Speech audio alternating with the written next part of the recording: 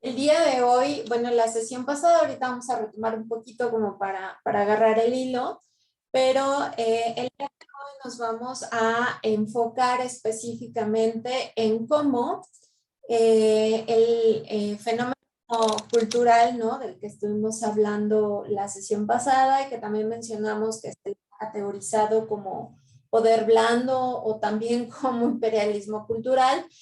eh, que es este movimiento, ¿no? Que surge como resultado de la implementación de las políticas culturales y sobre todo del enfoque de esas políticas culturales y las decisiones del gobierno de la República de Corea toman en torno a la industria cultural.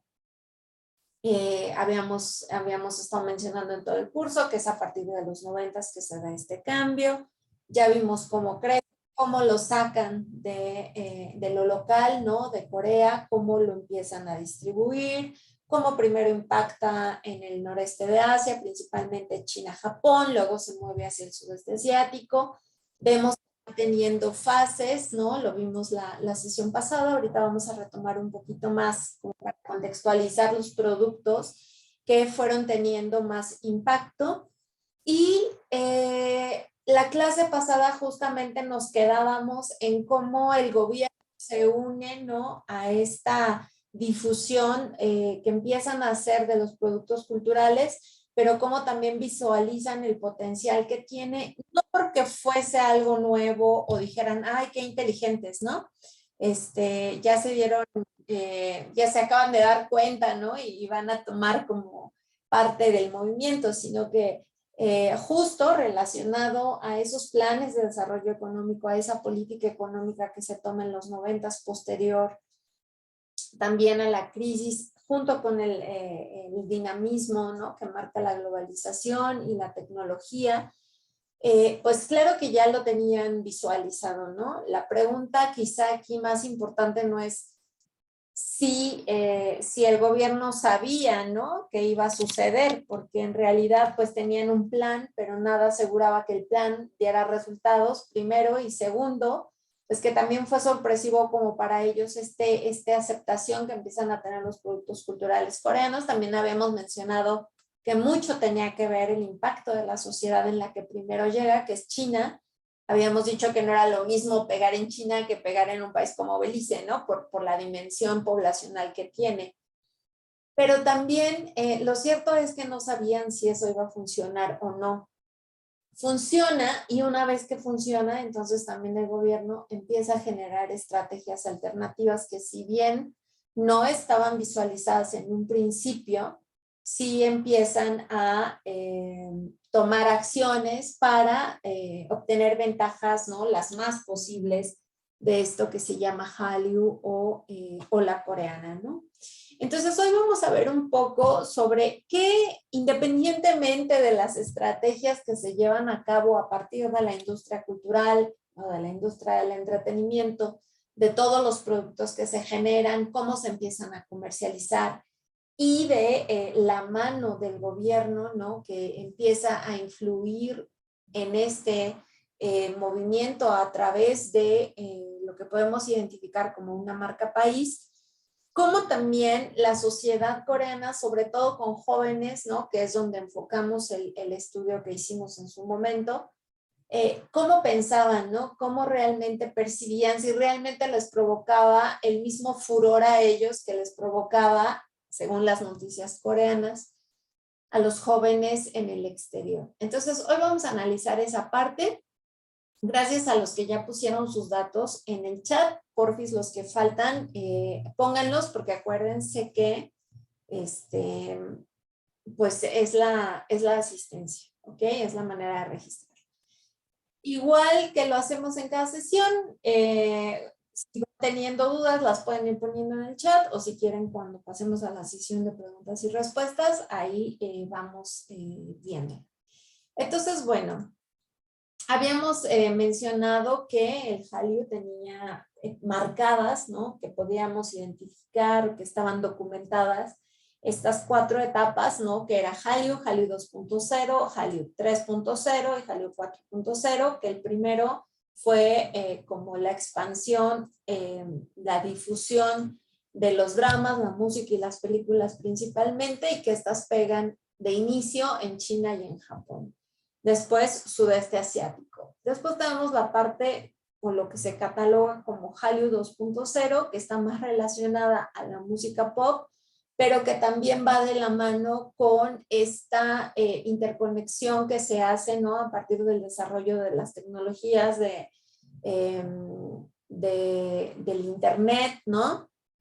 Del web 2.0, de la red de conexiones que hay y de el desarrollo de los smartphones que empiezan a tener como esta portabilidad del entretenimiento, esta movilidad y pues bueno, también la capacidad de ver a través del teléfono, ¿no? Con buena calidad estos contenidos. Después el Hallyu 3.0, que también se identifica como K-Culture, y ahorita vamos a hablar un poquito más de eso. Y aquí ya empieza un proceso de apoyo, ¿no? Ya vemos ahí muy marcada la mano del gobierno coreano y se impulsa desde el Ministerio de Cultura y de Deportes. Y la última fase que podemos documentar así como Hallyu 4.0 es el K-Style, ¿no? Que es como todo el estilo relacionado con Corea. Y aquí pues sigue estando presente la mano del gobierno y ahí intentan insertar como esa parte tradicional que a lo mejor no estaba siendo promovida de inicio a través de los dramas, la música, las películas, el K-pop, y que empieza también como a y darle una identidad específica de lo coreano, ¿no? Y estos elementos que van insertando intentan definir de manera adecuada, ¿no? Este discurso que se empieza a dar desde que tienen estos productos éxitos en China, de que esto era la cultura popular coreana, ¿no? Entonces, de alguna manera, habíamos mencionado también que esto se los pasé en una de las lecturas de la sesión pasada, que más o menos es muy interesante esta tablita porque la autora, porque es una mujer quien la desarrolló, habla, ¿no? De estos como 3 periodos importantes de la expansión y la difusión del Hallyu hacia diferentes áreas del mundo, ¿no? Si ustedes ven, por ejemplo, aquí arriba, Hallyu 1.0 o Hallyu nada más, es como del 95 al 2005. Y la zona o el área, la región en la que pega más fuerte es en Asia, principalmente China, Taiwán y Japón. Las primeras difusiones o los primeros productos que se difunden son los dramas, las películas, y digamos que los casos de productos más interesantes o más importantes o que más impacto tuvieron en el exterior fueron What is Love o Lo que es el amor, ¿no? Que es del 92, es un producto del 92 y que fíjense va a llegar a China hasta pues 95, 96 más o menos, ¿no? Winter Sonata, que es Sonata de Invierno, que ya es del 2002, digamos que ya es del nuevo siglo. Y esta telenovela particularmente, Sonata de Invierno, que también después llegó a México, fue muy interesante el fenómeno y el impacto que tuvo sobre todo en Japón. A diferencia de otras telenovelas, esta telenovela en Japón causó un furor tremendo. Les había mencionado la sesión pasada que, por ejemplo, en China, los que marcaron, digamos, que el consumo grande de los productos culturales coreanos fueron los jóvenes, y por eso el término emerge como esta ola congelante, ¿no? Que definía justa y precisamente la locura o la fiebre de los jóvenes chinos por los productos de entretenimiento coreanos. Sin embargo, en Japón se da un fenómeno diferente. No son los jóvenes los que se enloquecen de inicio con los productos de entretenimiento. Y aquí hay fenómenos interesantes. En China, digamos que el impacto de estos productos culturales de alguna manera proyectaba estos patrones o estos ideales, ¿no? De cómo encapsulaba, ¿no? O contenía esas ideas de que Corea era un país desarrollado y que entonces habían logrado un desarrollo económico no solamente rápido, sino exitoso, que se habían logrado insertar en la dinámica del mundo de una manera muy exitosa. Y esto se veía de alguna manera proyectado en las telenovelas que se difundían en China y en los primeros cantantes de pop que nada tienen que ver con los de ahora, ¿no? Que llegaron a China.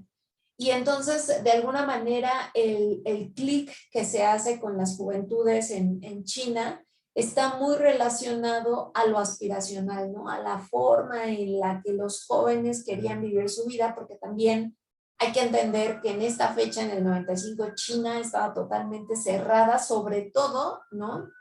Al capitalismo, porque obviamente la sociedad china estaba muy caracterizada por este sistema de gobierno pues socialista, comunista, ¿no?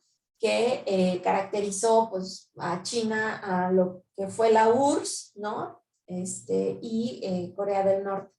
Entonces, imagínense el impacto de los chavitos, ¿no? De ver en esos productos, ¿no? Toda esta dinámica del consumo, ¿no? De ganar el dinero, de usarlo en lo que tú quieres, de ir a la escuela, pues fue como un choque total. Y también mucho de eso, luego entonces tuvo que ver con que China denominara, ¿no? A los productos culturales coreanos como imperialismo cultural, porque entonces los jóvenes estaban esperando aspirar, o estaban empezando, perdón, a aspirar a un modelo de vida muy al estilo coreano, que también, dicho sea de paso, habíamos mencionado en sesiones anteriores, que las características de estos productos pues eran híbridas, ¿no? Ya no era una Corea tradicional, pura, ¿no? A la que ellos, aunque ellos alegan en su identidad nacional que son puros, ya es una Corea totalmente hibridada con Occidente y que en mucho este tipo de contenido está hecho casi a imagen y semejanza de la industria cultural estadounidense, porque es la dinámica que se va marcando en el mundo, ¿no? Es como el mercado global, ya no es un mercado local, sino es un mercado global. Entonces, se adaptan características para poder ser competitivo. ¿Y quién marca esa competitividad? Pues los países que están en el mercado mundial, ¿no? Entonces ya son estándares mundiales. Y entonces todo esto llega a China a través de las telenovelas, que en un inicio, como les había mencionado en alguna de las sesiones, pues China abre la puerta a estos productos creyendo, ¿no? Que como era Asia, pues no iban a tener tanta influencia de Occidente, y que pues bueno, eran coreanos, entonces que tenían todavía estas características asiáticas que no iban a ser tan agresivas o tan choqueantes con los jóvenes chinos, ¿no? Con el tiempo, pues hemos visto principalmente, ¿no? A partir del inicio de este siglo, pues que China también ha ido abriendo como espacios para la dinámica comercial, pues con características capitalistas, porque obviamente no puede participar del mercado mundial si no se adapta a esas reglas que ya están establecidas pues, por Occidente, ¿no? Principalmente los Estados Unidos y Europa. Y un caso muy interesante donde podemos observarlo en la actualidad, pues es con Rusia, ¿no? Que simplemente le cierran canales y ¿qué pasa? Pues se deshace económicamente y al deshacerse económicamente, pues tiene impactos en otras áreas donde no pueden autoabastecerse, no pueden autosubsistir porque están insertos en un sistema global. Entonces, obviamente, China no esperaba esto y después de que se hace referencia a cómo los jóvenes se vuelven locos por los productos coreanos, empieza mucho, ¿no? La observación del gobierno chino y dicen, a ver, bájenle. O sea, no queremos tanto, ¿no? Porque tampoco queremos que los jóvenes empiecen a demandarnos, ¿no? Un tipo de vida, pues, más occidentalizada, porque no tenemos la estructura, obviamente, para dárselo y tampoco queremos, ¿no? Entonces, bueno, esto sucede en China, pero en Japón lo que sucede es pues diferente porque de alguna manera Japón empieza su proceso de occidentalización muchísimo más temprano, ¿no? Que cualquier país de Asia. Por eso Japón crece, por eso Japón se convierte en este imperio que luego coloniza tantos países en Asia y en el sudeste de Asia. Eh, y, eh, y digamos que el proceso de Japón fue mucho más temprano, ¿no?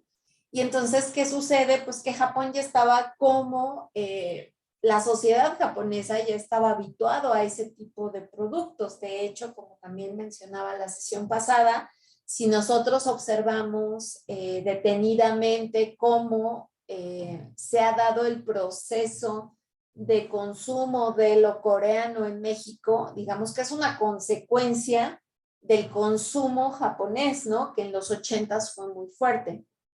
Cuando yo era chiquita y estaba como en la primaria, en la secundaria, yo me acuerdo mucho que era como wow que tuvieras un algo, lo que fuera, de Hello Kitty, por ejemplo, ¿no? Entonces, me acuerdo mucho que cerca de donde iba yo a la escuela había una tiendita de Sanrio, que es como, bueno, se pronunciará, no sé si Sanrio o Sanrio, no sé cómo se pronuncie, pero es esta marca de todos estos caricaturas, ¿no? O monitos de Hello Kitty o de My Melody, de los Little Twin Stars, que a lo mejor a ustedes ni les suenan, obviamente, porque han de ser así como 20,000 años de diferencia. Pero todo eso estaba de moda cuando yo era chiquita, que eran los 80s. Entonces, o había programas japoneses, o la mayoría de las caricaturas que se llegaban a transmitir eran de origen japonés. Digo, en ese momento no lo pensaba porque no tenía la capacidad de codificarlo, ¿no? Ni tampoco las herramientas para entenderlo, pero la mayoría de las caricaturas con las que yo crecí, pues eran caricaturas o japonesas o estadounidenses, ¿no? Y entonces nos fuimos habituando a ese tipo de productos, ¿no? Que de alguna manera le hicieron la antesala a los productos coreanos, que tiene también mucho que ver con la dinámica económica de Japón y con la dinámica expansionista de Japón, que realmente llega como a un tope más o menos en la época del 2000 y que es cuando los coreanos tienen como ese empuje de todo el crecimiento económico que habían venido acumulando desde los 80s o los 90s. Y entonces hay como eso, ¿no? Como esa parte. Entonces digamos que los japoneses no estaban ávidos de un tipo de producto tal cual como el coreano. ¿Qué es lo que sucede o por qué en Japón es un boom, sobre todo con esta telenovela que es Winter Sonata?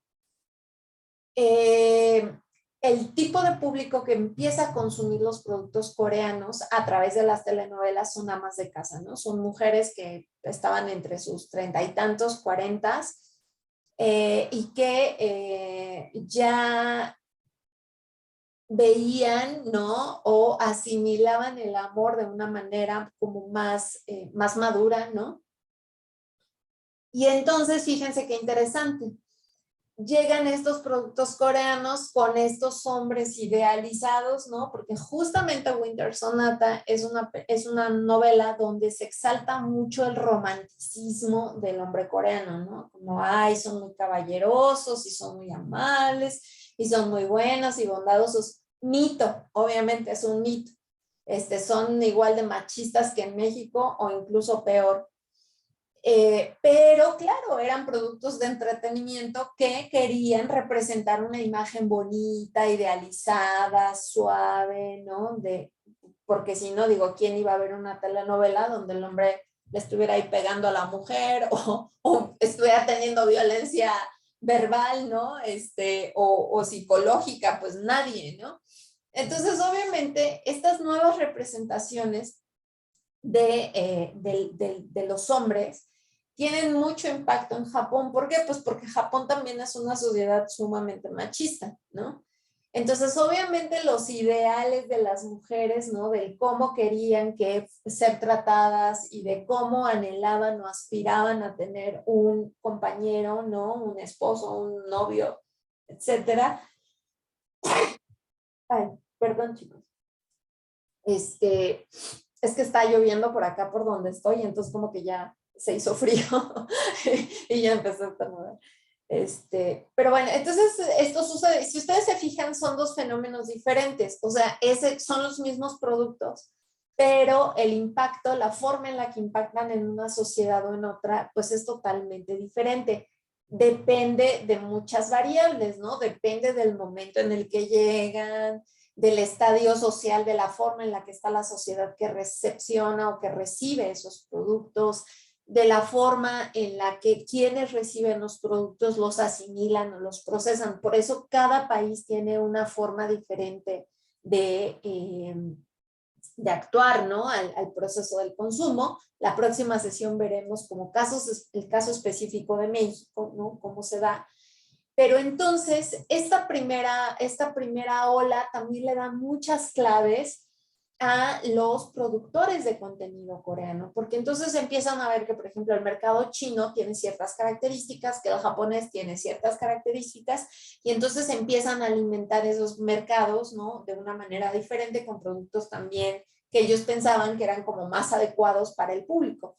En Japón llegó a tanto la popularidad de esta telenovela que el protagonista de esta telenovela, bueno, se hizo mega famoso en Japón, le pusieron un nombre particular en Japón, John Sama, o no sé cómo carambas, ya no me acuerdo bien.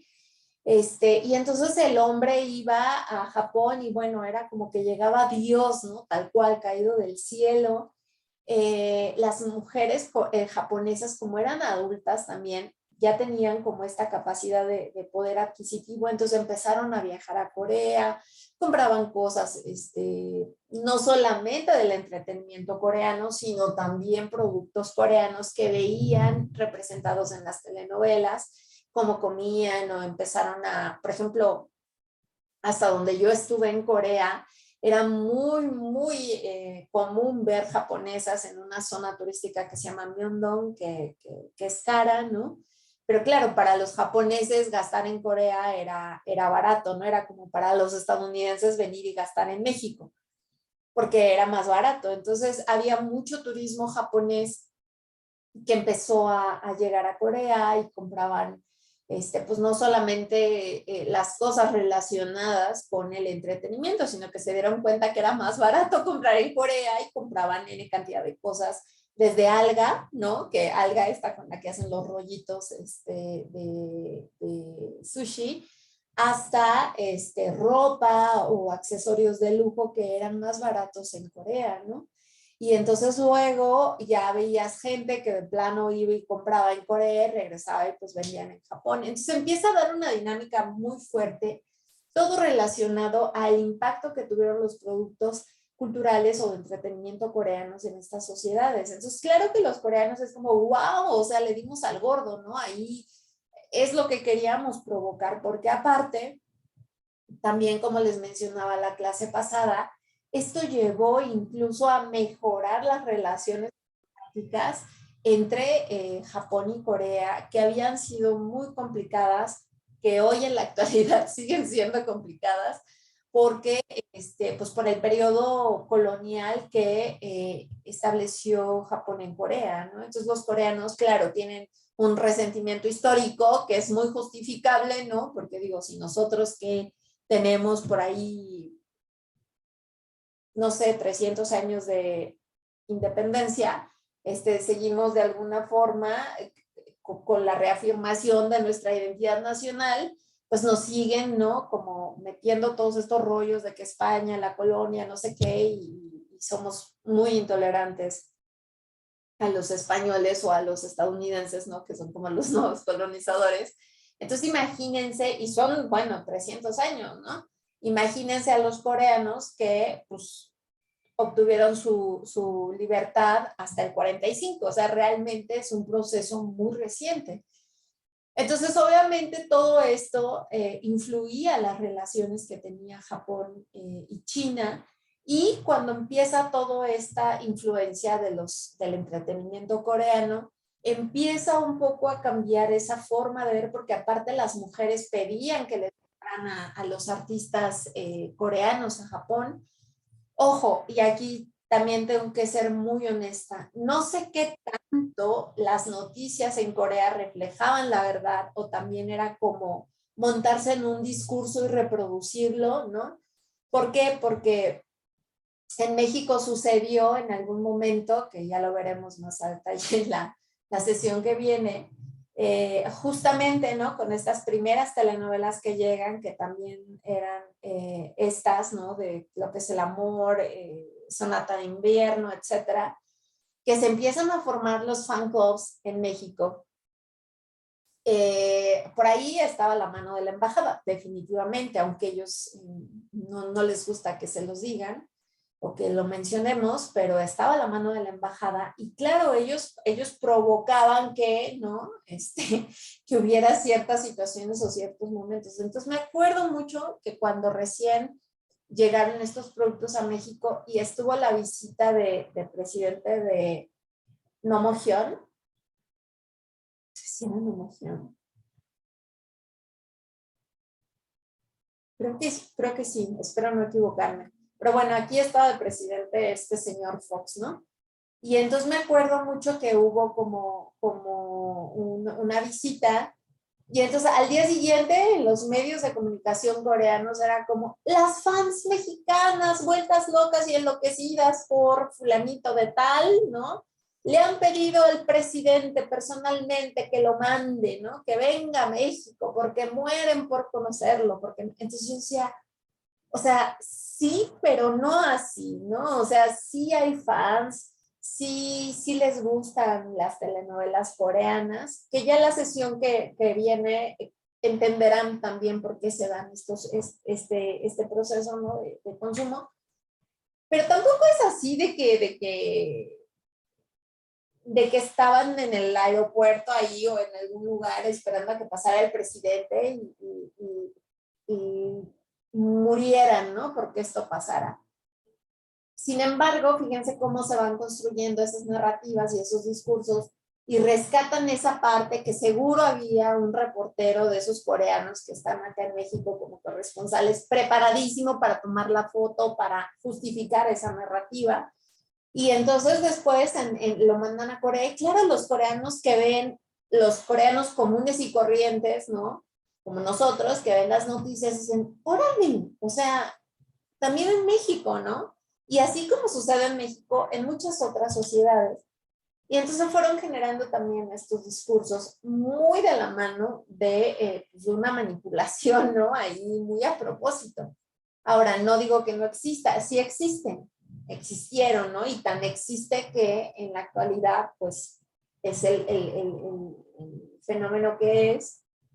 Y sucedió en Japón, sí, y las japonesas se volvían locas, sí, también, y las japonesas iban a Corea y compraban, sí. Pero ahí hay que ver también qué tanto, ¿no?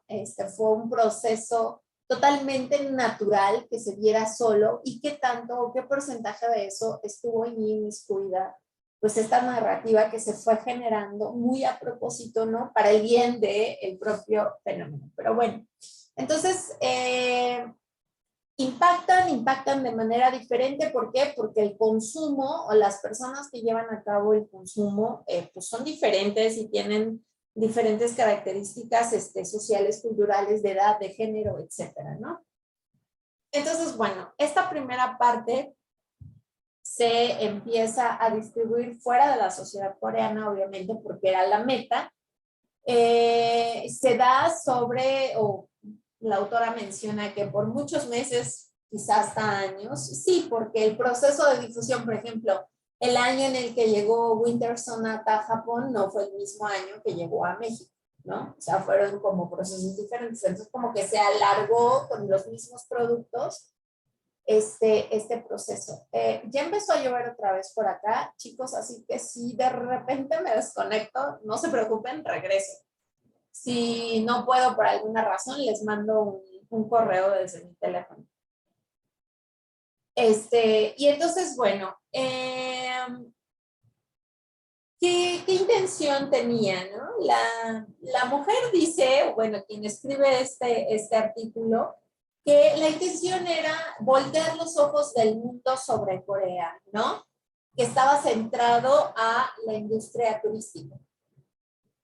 Entonces, si lo vemos así, pareciera que desde un inicio el gobierno coreano tenía como la mano dentro de este proceso y que fue también como gracias al gobierno coreano que se viera este fenómeno de la manera en la que se vio.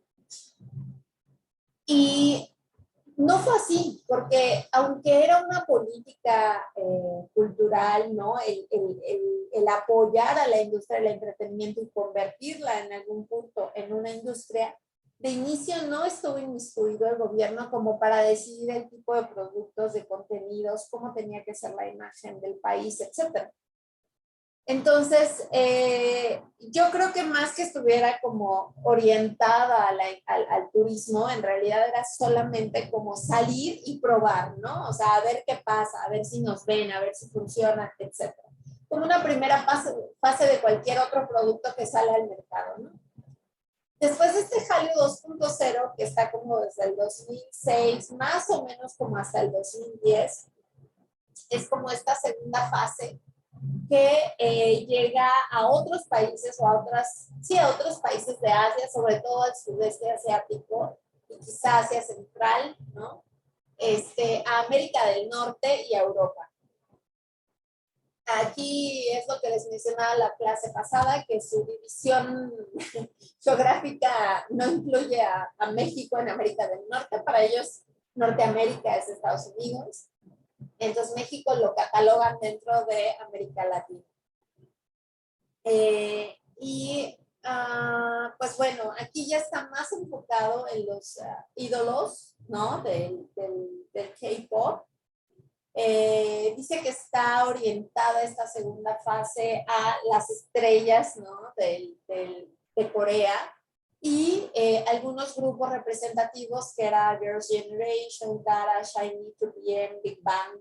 Esto ya pegó en México. O sea, cuando ahorita bueno, no es hasta la siguiente sesión, pero van a ver que el proceso de consumo ya se asocia con algunos de estos grupitos, sobre todo Girls' Generation, pegó como en Estados Unidos porque fue el mercado, no fue como el target que tenían. Y otros grupos llegaron a México. En México, hasta donde yo recuerde, este grupo particular, que eran como 12 niñas ahí con minifaldas bailando, no pegó tan fuerte, pero ahorita también, o la siguiente clase vamos a explicar por qué, ¿no?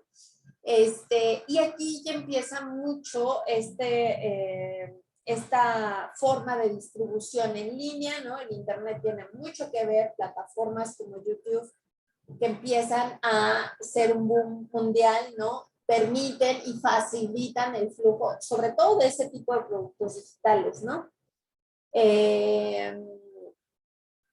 Pues bueno, la idea obviamente era expandirse por todo el mundo y la última fase que ella ubica, que es el 3.0, ella como que la plantea futuro, pero digamos que de alguna forma es lo que hoy estamos viviendo, ¿no? Que es como sobre todo a partir como del 2010, 2012, ¿no? Que empieza como ya este consumo muy fuerte por los grupos, por la música, ¿no? Pero que también vienen acompañados ya de otros productos coreanos que no son necesariamente de la industria del entretenimiento, pero que sí se catalogan como productos culturales, que mencionábamos la clase pasada, como la comida, la ropa, etcétera, ¿no? Entonces, bueno, esto fue lo que habíamos visto en la sesión pasada, ¿no? Que son esos otros productos que están ya integrados en este consumo cultural de Corea, pero también vemos elementos como la comida o el taekwondo, que son más como elementos de la cultura que vienen como de un un proceso tradicional, ¿no? De insertarse en la práctica cotidiana, en la cultura coreana, y entonces los integran para darle como esta identidad tradicional, identitaria específica que asocie, ¿no? Al movimiento con Corea. Estas imágenes pues las habíamos puesto la sesión pasada, ¿no? Y justo les ponía esta imagen de la ex presidenta Park Geun-hye, y justamente les decía, ¿no? Que era como muy evidente cómo ya para este momento estaba ya muy metido el gobierno en todo lo que tenía que ver con la industria cultural coreana. Si bien al inicio, como mencionaba, había como una estrategia local, ¿no? De los productores coreanos para salir al mercado chino, japonés. Años después ya son productos mucho más controlados, ¿no? Porque también se une a este proceso de difusión de la cultura coreana un elemento muy importante que pareciera invisible, pero que está presente y que es la meta al final, que es la marca país. Es cómo meten la palabra Corea a todo este proceso de promoción, de difusión, de estos productos, ¿no? Que la gente asocie que los productos son coreanos, que la gente entienda que esto es lo coreano y que lo coreano es así, es bonito, es amable, es lindo, es bello, es cute, es inocente, es todas estas ideas que nos van transmitiendo a través de estos productos culturales que nos venden en forma de música, en forma de telenovelas, en forma de películas o en forma de kimchi o en forma de teléfonos o en forma de refrigeradores, etcétera, ¿no? Entonces, bueno, cuando empieza esta mano del gobierno directamente ya a ser muy evidente, hay dos fenómenos importantes, ¿no? Como el fenómeno de reafirmar a través de todos esos productos la imagen de Corea y asociar esos productos con la imagen de Corea. Si ustedes se fijan, si han llegado a consumir productos coreanos, sobre todo de comida y esto que les mencionaba la clase pasada, ¿no? Que ya están muy accesibles en almacenes como Walmart. Por ahí una compañera decía que también en el 7-Eleven y eso ya hay ese tipo de cosas, o en Oxxos, no me acuerdo bien de qué dijo. Pero si ustedes se fijan en los productos, viene, no sé si han identificado que, por ejemplo, México también tiene una marca, y sobre todo los productos que se hacen en México, que dice hecho en México y es una aguilita, ¿no? Que es como muy visualmente muy identificable con los productos hechos en México. Pues los coreanos también tienen esto y es como un circulito, el círculo de la bandera, ¿no? Que es el yin y el yang, azul con rojo, ¿no? Y la leyenda Made in Korea. Entonces todo esto todo este impulso, ¿no? Que le dan a la industria, pues tiene un efecto positivo en el exterior y hacia el interior también tiene un efecto. ¿Por qué? Porque los coreanos pues tienen sus propias características, tienen sus propias formas de ser y entonces de repente ven, ¿no? Que los empiezan a asociar con cosas muy particulares. Y siempre que puedo y tengo oportunidad menciono esto como una experiencia, ¿no? Que cuando estaba yo eligiendo mi tema para mi tesis doctoral, de inicio yo quería hablar sobre migración, pero por ahí mis maestros en México me dijeron que no, que porque ya había trabajos hechos sobre eso, entonces pues, que ya no era relevante. Y de repente me vi como en el agobio de pensar, caramba, ¿y ahora de qué voy a hacer mi tesis? Y yo vine a Corea con la intención de hacer mi tesis doctoral sobre eso. Y entonces hablando con mi asesor de tesis, mi profesor coreano, me dijo, pues bueno, busca otro tema, ¿no?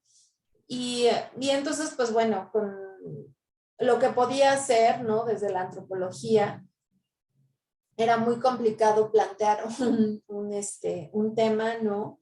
Y Y justo en ese periodo en el que yo estaba eligiendo tema, que era como por el 2005, 2006, es que empezaba como a tener un impacto fuerte esto de Hallyu en México, ¿no? Y el doctorado en el que yo estaba, estaban interesados en que los que estuviéramos estudiando estudios coreanos, pues hiciéramos análisis comparativos con nuestro país. Mucho tiempo después entendí por qué, ¿no? Y entonces mi maestro me sugirió justamente, ¿no? Que estudiara esto, que estudiara cómo el Hallyu estaba impactando en México. Y decía, no, pero qué flojera, yo no quiero hacer eso, ¿no? Y total que me dice, bueno, chécalo y después vemos, si quieres otro tema, pues otro tema. Total que en el agobio, ¿no? De tener que sacar el tema porque yo tenía una beca y entonces si no me apuraba se me iba a acabar la beca y ya no iba a acabar el doctorado. Pues acepté, ¿no? Pero mi planteamiento siempre era que en base a lo que yo veía en Corea y en base a lo que yo leía que sucedía en México, mi planteamiento era que los coreanos estaban entrando en un proceso de reafirmar una identidad nacional nueva. O sea, para mí el Hallyu era eso, era como yo veía en Corea toda la propaganda que hacían, todo el terapeo, ¿no? Que hacían a la gente y era como somos un país nuevo, que el mundo vea lo que somos, sobre todo a partir de la Copa del Mundo 2002. Fue como un aferrarse, ¿no? A transmitir al mundo una idea muy particular de que Corea era un país desarrollado, con mucha tecnología, económicamente grande, ¿no? Con poder, y tenía tanto poder que estaba llegando a otros países que incluso daba estas becas, ¿no? A estudiantes extranjeros. Que mucho tiempo después también entendí que eran como acuerdos entre los países y que si a mí Corea me daba una beca, México estaba dándole una beca a un coreano, ¿no? Entonces también como ahí quizá no lo entiende uno cuando es joven, después te vas dando cuenta de cosas y entiendes que pues no fue gratis tampoco, ¿no?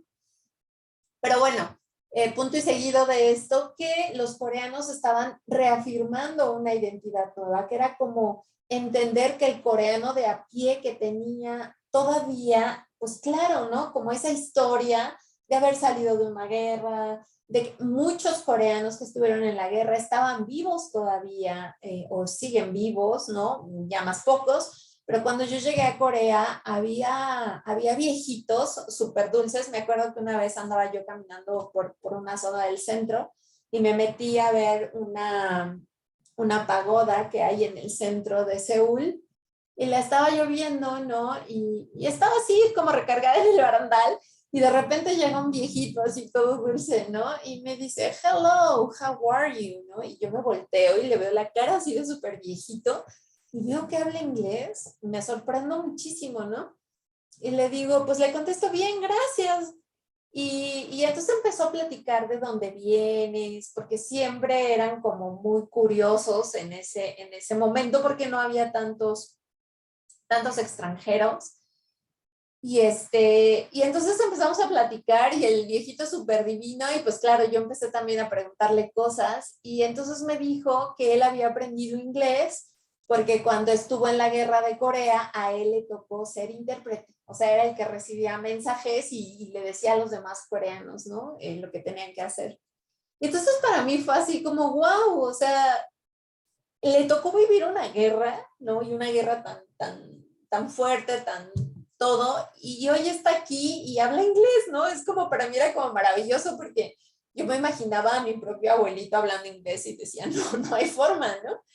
Entonces, era como sacar a toda esta gente de toda esa cultura, ¿no? Y meterla e insertarla en esta idea de que ya eran otra cosa, de que ya eran un país nuevo, de que ya se habían modernizado, de que ya todos usaban internet, de que todos tenían acceso a los smartphones, ¿no? Que siempre cuando daba clase en Corea, me choqueaba mucho porque los chavos no escribían, ¿no? Siempre sacaban el teléfono y le sacaban foto a las diapositivas que yo ponía en el PowerPoint.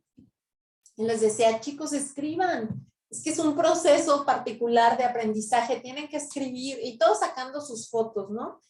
Y siempre era esta agonía para mí de entender que es que si eran smartphones, si era una fiebre por los smartphones, pero el smart era el teléfono, no los chavitos, ¿no? Porque a la larga, cuando había que escribir, hacer un ensayo, no podían, ¿no?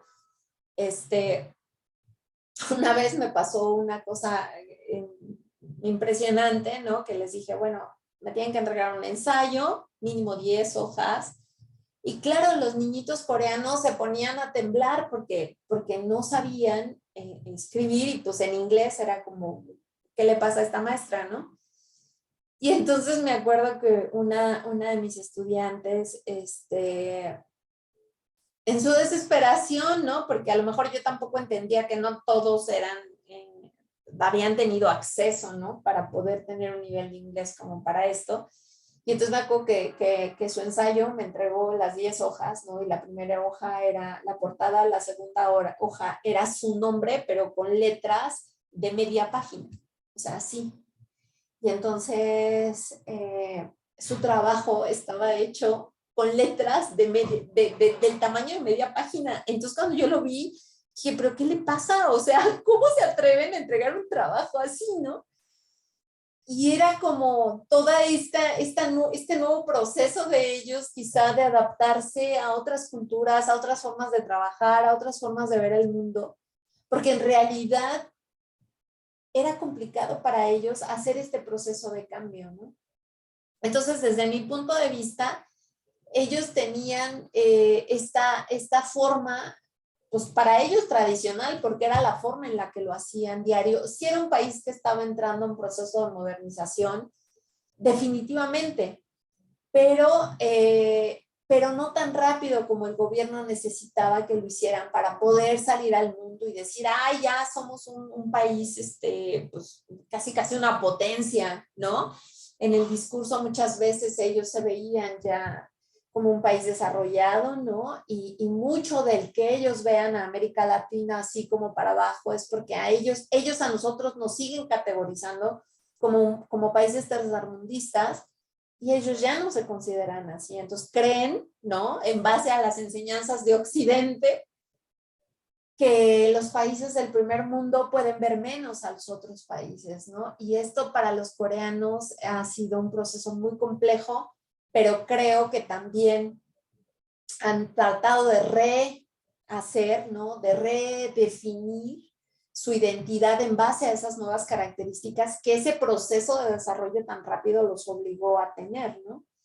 Entonces, dentro de todo este proceso, pues yo le decía al maestro, es que están buscando una nueva identidad. Y él me decía, ay, no, claro que no, pero estás como loca, eso no existe, pero ¿de dónde sacaste eso? ¿No? Y decía, es que es lo que yo veo, es lo que yo entiendo, ¿no? En los mensajes que hay, en las noticias, en la dinámica diaria. Y era el contraste mucho del discurso de los medios, de lo oficial, ¿no? Con la vida diaria, ¿no? Que ibas caminando y cualquier persona y escupía en el piso, ¿no? Y dices, bueno, es que si esto es primer mundo, para ellos esto es ser primer mundo, pues ¿qué es el tercer mundo, no? O qué pase si los coreanos son mucho de pegarte, por ejemplo. Entonces ibas caminando y pasaban y pum, te pegaban porque no te hacías a un lado, pero ellos tampoco se hacían a un lado. Y entonces, digamos que en términos culturales era muy complejo entender que fueran gente, ¿no? O que fuera un país muy desarrollado, porque, claro, en el imaginario de nosotros, o mío por lo menos, pues en un país desarrollado, la gente no se comportaba de esa forma, ¿no?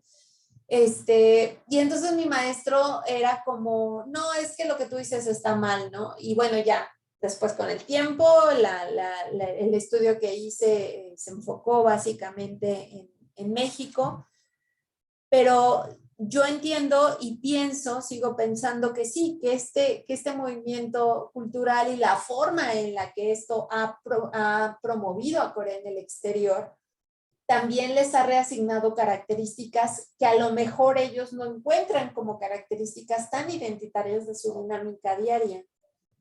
Y entonces, ¿qué pasa cuando el gobierno empieza a reportar, ¿no? Localmente, pues el impacto que tiene el Hallyu en el exterior y que todos los extranjeros mueren por Corea, etcétera, pues que se da también como una fragmentación, ¿no? En este sentido, porque la sociedad reacciona de diferentes maneras. Y encontramos que hay posicionamientos a favor, pero también hay posicionamientos en contra. Y mucho de eso tiene que ver con la forma en la que están representando a Corea en el exterior, ¿no? Entonces, bueno, básicamente en el año 2006 el Hallyu empieza a tener como un declive, ¿no? Incluso había gente que se preguntaba si seguiría, ¿no? La influencia cultural que estaba generando Corea o el consumo, ¿no? De productos coreanos se iba a seguir dando en el exterior o no. Cuando sucede esto, ¿no? También se dan cuenta que le falta algo, ¿no? Que hay otros elementos que se necesitan integrar para poder, pues, empalmar un discurso de imagen país con los productos que se estaban vendiendo. Y el Ministerio de Cultura, Deportes y Turismo empieza a meter como mano, ¿no? Con la intención de expandir el Hallyu de una forma mucho más amplia que solamente en manera de telenovelas o simplemente música, ¿no? Que si yo lo veo en la actualidad, yo no sé qué tanto lo han logrado, porque al final sí se consumen otras cosas, otros productos como los cosméticos, por ejemplo, pero va muy de la mano de la imagen de los artistas y de la gente que busca verse como el artista, ¿no? Entonces todo se resume siempre a el idol o al actor o a la actriz, ¿no? Como que no hay una base, ¿no? Más fuerte que logre trascender, ¿no? Que sea Corea así de fuerte sin un idol. Sería como el gran reto, ¿no? Por ejemplo, con la promoción cultural que se hace desde Estados Unidos y de su industria, sí, es una punta de lanza, ¿no? Es como ahí, igual que la coreana, ¿no? Que llega y abre el espacio y dice, miren a Britney Spears y tan maravillosa y baila perfecto y no sé qué, no sé qué, no sé cuándo. Pero Britney Spears no es Estados Unidos. Y uno lo entiende, porque la industria cultural estadounidense ha logrado trascender lo estadounidense de esos productos de entretenimiento. Entonces, por ejemplo, se puede asociar a Estados Unidos con un país poderoso, sí, pero también con un país donde hay buenas instituciones para estudiar, sí, o un país donde hay trabajo, sí, o un país donde se puede vivir. Es el discurso, no estoy diciendo que sea verídico, donde se puede vivir mejor, sí, la industria, o sea, Hollywood existe porque existe Estados Unidos, pero Estados Unidos sigue existiendo a pesar de que Hollywood sigue insertando el discurso o no. Mucho de las ideas y de las imágenes que tenemos de Estados Unidos y de ese sueño estadounidense está total y absolutamente relacionado con Hollywood, sí, pero Estados Unidos puede subsistir sin eso. Y aquí la gran pregunta es si seguiríamos consumiendo lo coreano sin toda esa industria del entretenimiento que nos lleva o lleva de la mano a quienes la consumen, ¿no? A consumirlo. Entonces, bueno, lo intentan, ¿no? Pero como les mencionaba hace un momento, yo no sé qué tan exitoso sea sin la música, sin los dramas. Pero bueno, lo intentaron a través de incluir el estilo Han, que era como esta parte de Ya les había mencionado, este vocablo Han corresponde a un ideograma chino que refiere al pueblo coreano, que en el nombre de Corea, en coreano está Te Han Ningún, ¿no? Entonces, lo Han es el pueblo coreano. Y entonces insertan esta parte de Han, que aspira a transformarse en una tendencia en el espacio mundial. O sea, que la gente soñara, viviera, respirara todo con Han, ¿no? En la fase inicial de dispersión de esta ola coreana, el gobierno compró incluso derechos de algunos de los dramas que se producían y en su momento, ¿no?, fungieron como agencias de distribución de estos productos que hacían que llegaran de una manera más fácil a diferentes espacios en las sociedades en las que ellos pensaban o estaban contempladas para impactar, ¿no? Donde querían difundir esos productos. Y entonces se hizo una distribución gratuita de esas cosas, ¿no? De esos dramas. Y entonces por eso, si nosotros vemos en el caso particular de México, pues bueno, son canales específicos donde llegaron esas telenovelas, no es Televisa, por ejemplo, ni fue TV Azteca, ¿no? La estrategia de marca país que se une, ¿no?, a todo este proceso de la ola coreana, se empieza a elaborar en el año 2009 y esta tiene elementos tanto de la diplomacia convencional, en especial con los componentes del soft power o el poder blando, como también del sector privado, desde el cual pues inicialmente surge el Hallyu. La decisión del gobierno pues era aprovechar todo este impacto y este éxito que ellos veían de la ola coreana en el mundo, pero la incorporaron a sus nuevas políticas, resultando en una fusión de lo comercial con las políticas del Estado. Específicamente, el gobierno de Lee Myung-bak, que es este presidente que les mencionaba, que junto con la otra presidenta, Park Geun-hye, que estaba en la foto, Lee Myung-bak fue antes de Park Geun-hye y ahorita los dos están en la cárcel, aunque con el presidente electo del mes pasado que acaban de elegir presidente en Corea y pues ganó el partido de ultraderecha, pues bueno, ya están pensando ya están pensando si seguirán en la cárcel o no, para que vean que también, aunque se proyecten como este país súper democrático, etcétera, pues también hay un montón de fallas en su sistema. Pero bueno, eso ya lo veremos en un tiempo. El caso es que Lee Myung-bak, que era súper, ¿cómo explicarles? Cuando yo llegué a Corea, él era el alcalde de Seúl y le hizo muchísimos cambios, mucha inversión, hizo un río artificial muy bonito que se llama Cheonggyecheon, que está en el centro de Seúl, y era muy proclive, ¿no?, pues a las grandes inversiones, todo esto que queda en el discurso neoliberal, pero pues él de alguna forma, si mal no recuerdo, él fue como director o gerente de uno de estos grandes conglomerados.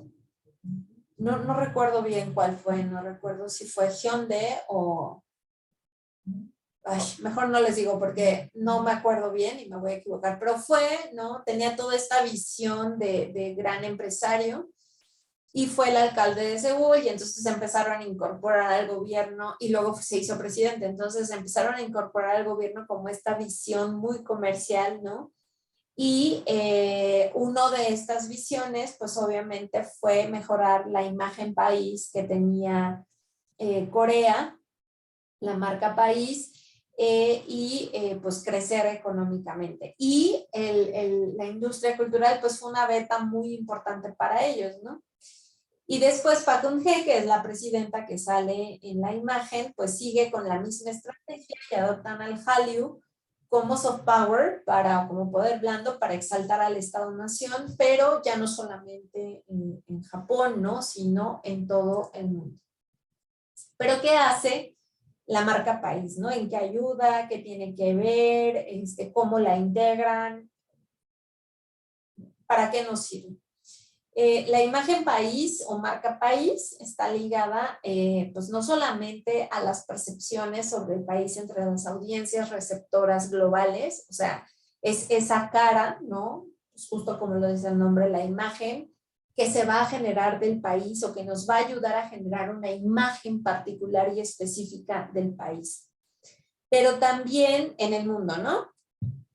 Pero también estas percepciones se reciben de manera directa o indirecta por la opinión pública dentro de la misma sociedad. Y aquí es donde yo entiendo que, claro, yo en esos años, ¿no? Cuando echan a andar este plan en Corea, pues es cuando yo estaba escribiendo la tesis y yo le decía al maestro, ¿no? Que había un discurso que trataba de meter a los coreanos en esa nueva identidad, en esa nueva forma de percibirse como coreanos. Y pues justamente este proceso, que a lo mejor no era evidente en ese momento tal cual, pero que sí se sentía, ¿no? Y que sí se llegaba a ver si lo analizabas con mucho cuidado, ¿no?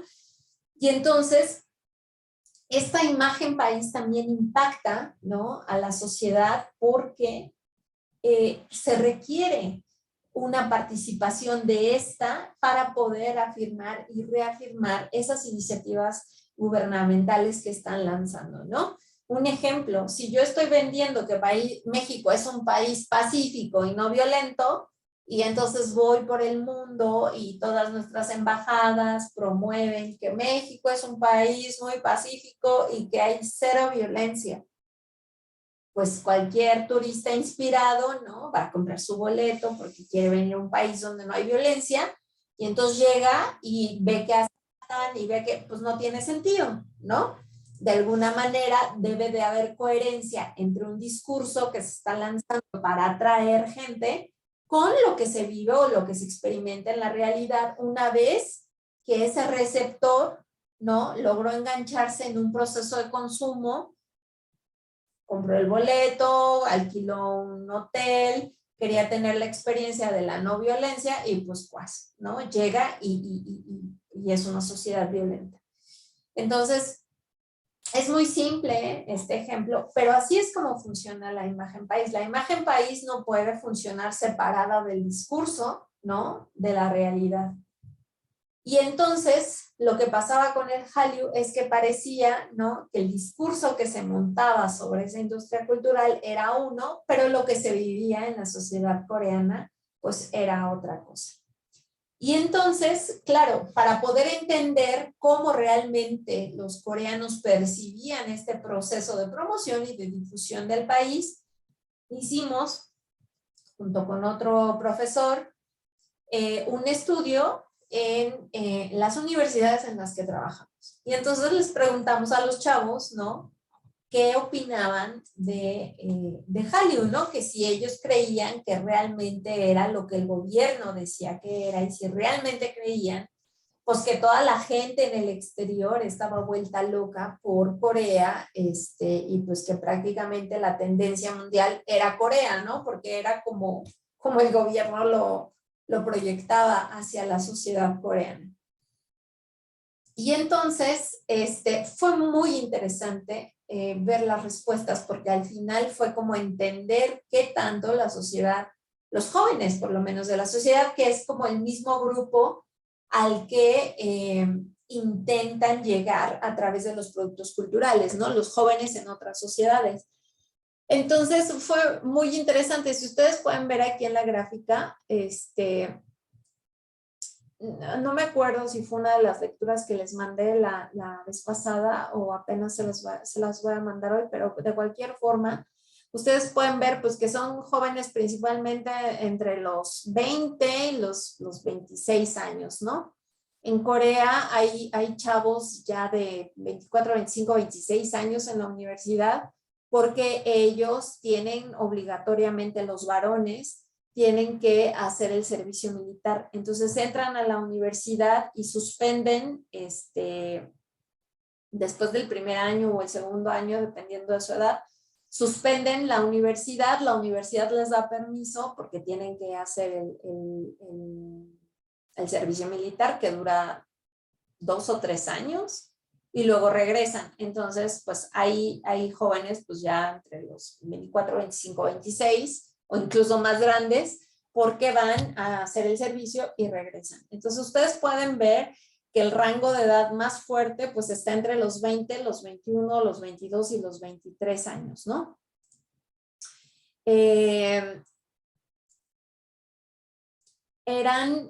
Pues aquí está dividido, los hombres son los más oscuros, las mujeres son las más claras, y aquí se vuelve a ver reflejado ese fenómeno. Si ustedes ven, las 20, 21, 22, la mayoría son mujeres que pueden quedarse en la universidad sin ir al servicio militar, y luego acá de los 23 a los 27, pues la mayoría son varones, ¿no? Pero bueno,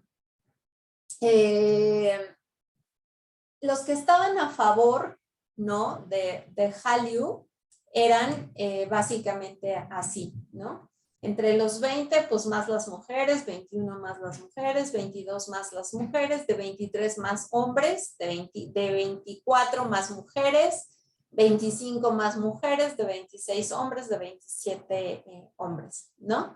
Y los que estaban más a favor eran pues los que estaban en este rango de edad de los 20, 21, 22, 23 años. Estos que estaban a favor de Hallyu decían que, bueno, estaban a favor principalmente, donde vemos más, es el grupo 3, porque se promueve y se posiciona a Corea y se posiciona a su marca país. Por eso estaban a favor del Hallyu. Después está pues un grupo muy grande que se quedó sin respuesta, ¿no? Que no sabían por qué estaban a favor, pero estaban a favor. Y después el grupo 2, ¿no? Estaban a favor porque era una tendencia principal. Fíjense, esto viene del discurso tal cual del gobierno que proyecta hacia dentro de Corea. Era una tendencia principal, pero también era muy activa y era muy famosa. Entonces, que por eso estaban a favor del Hallyu.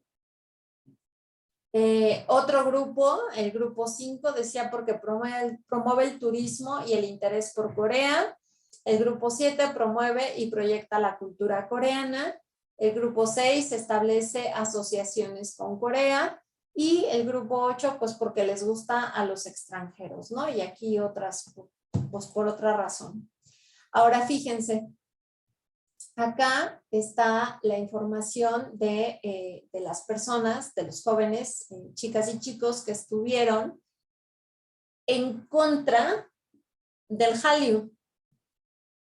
Y son más personas que los que estaban a favor. Ahorita vamos a ver el comparativo en las gráficas.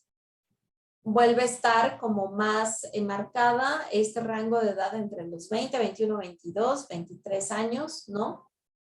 Y pues la mayoría son mujeres.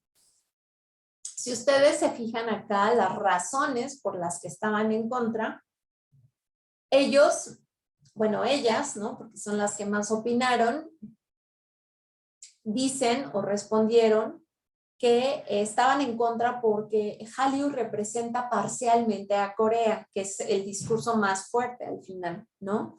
Otros dicen que porque es un enfoque limitado en los idols, es decir, que ellos encuentran injusto, ¿no? Que se asocia a Corea con los idols. Y esto es muy interesante porque en el exterior, cuando he hecho estudios, por ejemplo, de consumo, el idol es como este modelo aspiracional, ¿no? De los chavitos, pero en Corea, pues no les gusta que asocien a Corea con los idols, es decir, no sienten esa identidad que los represente, ¿no? No, Sam, no sé qué sucedió. Nada particular, pero ahorita ya voy a acabar con la presentación y vamos a las preguntas y respuestas. Pues un tercer grupo se quedó sin respuesta. Después un grupo 4, que también son bastantes personas. Dice 20 hombres, 19 mujeres, que porque proyecta una imagen distorsionada de Corea. ¿Qué quiere decir? Que no hay correspondencia en lo que ellos entienden que es Corea, a partir de su cultura, de su identidad, de su educación, de su entorno, de su vida cotidiana, con el discurso que están viendo, que están promoviendo de Corea. ¿Qué quiere decir? Pues que no es real, ¿no? O sea, es un discurso, hay algo que no coincide con la realidad y con la cotidianidad de los coreanos. Luego, un grupo, el grupo 9, que también es grande, dicen que están en contra porque no tiene representatividad, ni fuerza explicativa, ni promocional. Es decir, no solamente, o sea, no encuentran que realmente Hallyu o que el gobierno enfoque tantos recursos en promover porque no logra nada, ¿no? Y hay otros, ¿no? Pues más chiquitos que como pueden ver ahí, que el Hallyu tiene elementos occidentales. Justamente esa parte donde mencionábamos la clase pasada o antepasada, que era una cuestión, son elementos híbridos, ¿no? Y ellos como coreanos lo reconocen. Otro grupo que es una imagen exagerada por los medios, ¿no? De lo que es Corea o de lo que son los idols, o etcétera. Otros dicen que no tiene calidad, ¿no? A diferencia de cómo se percibe en otras sociedades que dicen es que tienen mucho profesionalismo y mucha calidad, ¿no? Entonces los chavos coreanos lo cuestionan y al final pues que tiene un perfil comercial, ¿no? O sea que no deja de ser nada más que algo que con lo que se puede comercializar. Entonces si vemos todos estos chavos que hicimos más de 350 encuestas para poder sacar estos resultados, ¿no? Que se dicen en 2 minutos, pero que lleva mucho tiempo levantar toda la información, dice que el 36% de la población está de acuerdo en conferirle al Hallyu la representación de Corea y su cultura en el mundo, pero el 60% está en contra de lo que postula ese 36% y el 4% no tiene ninguna opinión. Y entre las razones, obviamente, es que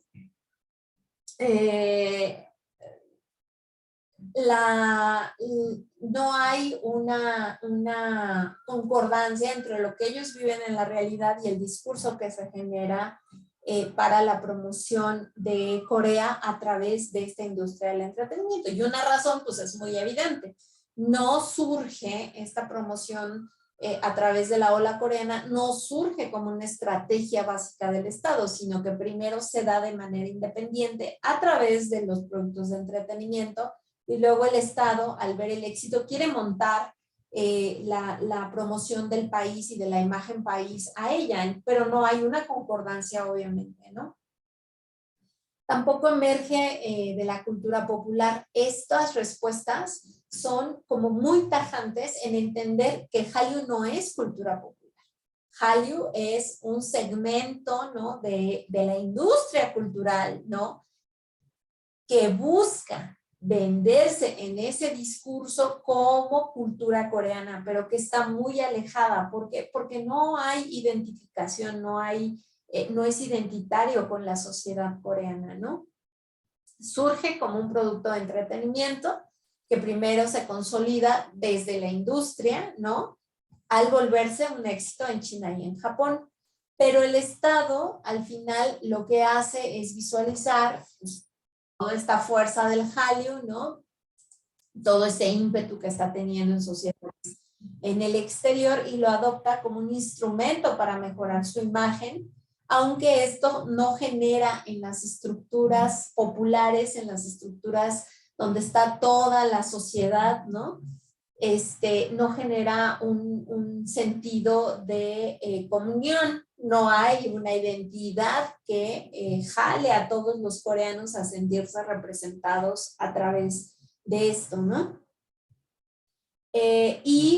Pues como en todo, ¿no? Pues puede haber opiniones a favor o en contra, pero al final lo que podemos ratificar con este tipo de análisis es que Hallyu no es la cultura popular coreana, sino solo un fragmento, ¿no? Que ha sido manipulado y montado en esa forma de cultura de masas, ¿no? Para que sea consumido masivamente, pero en el exterior, ¿no? y que ha sido pues fragmentado, manipulado y encaminado a convertirse en una representación creada de la Corea que se busca proyectar a través de una marca país, ¿no? Y de generar una identidad hacia el exterior, pero pues al final no pueden, no puede llegar a manifestarse tal cual hasta que no haya una comunión con la sociedad que ratifique, ¿no? Que esa es su cultura o que esa es su, pues su identidad, ¿no?